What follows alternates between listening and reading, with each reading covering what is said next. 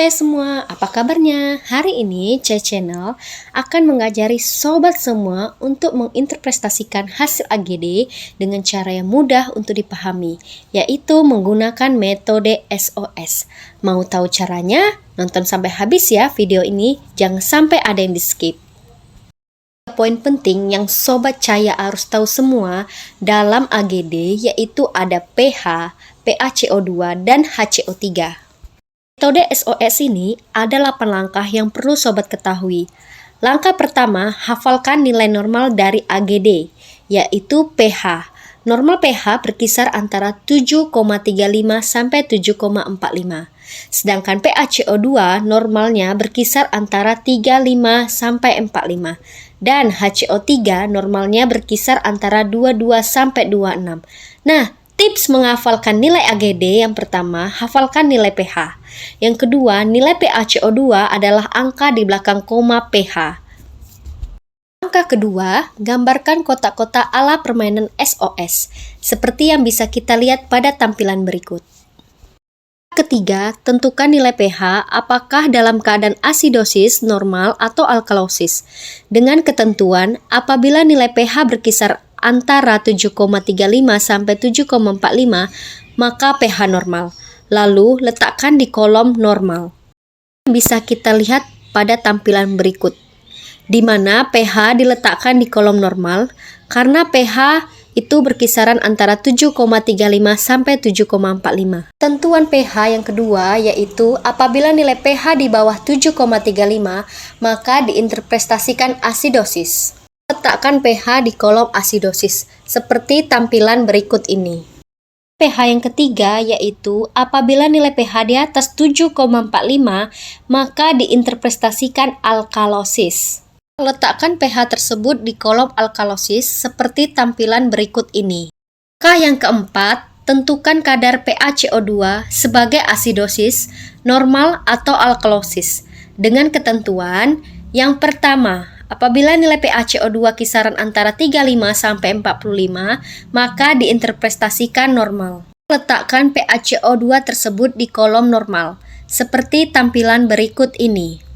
Dan PaCO2 yang kedua, apabila nilai PaCO2 di bawah 35, maka diinterpretasikan alkalosis. Letakkan PaCO2 di kolom alkalosis seperti tampilan berikut. Tentuan PaCO2 yang terakhir, apabila nilai PaCO2 di atas 45, maka diinterpretasikan asidosis. Letakkan PaCO2 di kolom asidosis, seperti tampilan berikut. Langkah yang kelima, tentukan kadar HCO3 sebagai asidosis, normal, atau alkalosis. Dengan ketentuan, yang pertama, apabila HCO3 berkisar antara 22 sampai 26, maka diinterpretasikan sebagai normal. Letakkan HCO3 di kolom normal, seperti tampilan berikut. HCO3 yang kedua, apabila HCO3 di bawah 22, maka diinterpretasikan asidosis.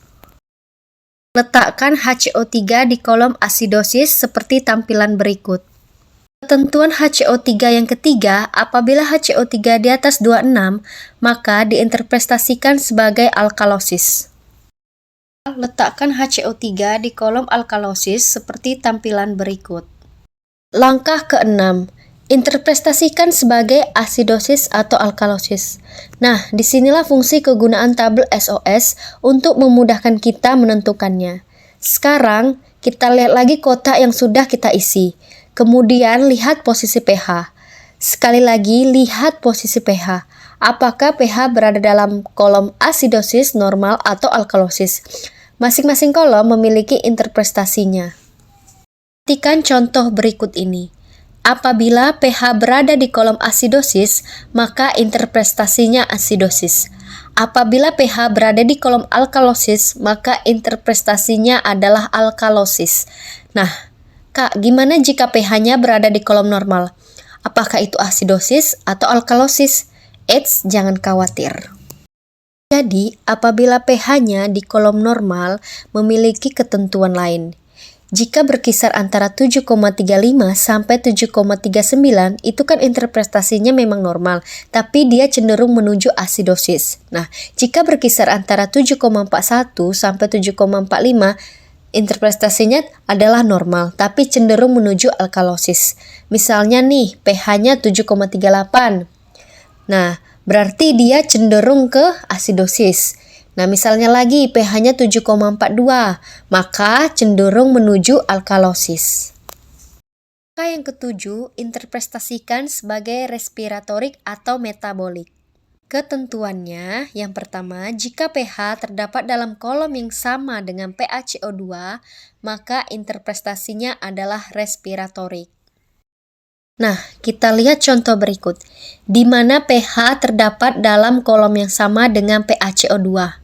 Maka interpretasinya pada kasus ini adalah respiratorik. Yang kedua, apabila pH terdapat dalam kolom yang sama dengan HCO3, maka interpretasinya adalah metabolik. Kita lihat contoh berikut, di mana pH terdapat dalam kolom yang sama dengan HCO3. Maka pada kasus ini dia merupakan metabolik. 3. Jika pH dalam kolom normal dan tidak ada nilai PaCO2 atau HCO3 di bawahnya, maka seperti yang tadi, tentukan apakah nilai pH condong ke asidosis atau ke alkalosis. Saya ingatin lagi ya, bahwa jika pH berkisar antara 7,35 sampai 7,39, interpretasinya normal, namun menuju ke asidosis. Dan jika pH berkisar antara 7,41 sampai 7,45, maka interpretasinya menuju ke alkalosis. Untuk langkah yang terakhir atau langkah yang ke-8, yaitu menginterpretasikan tingkat kompensasinya.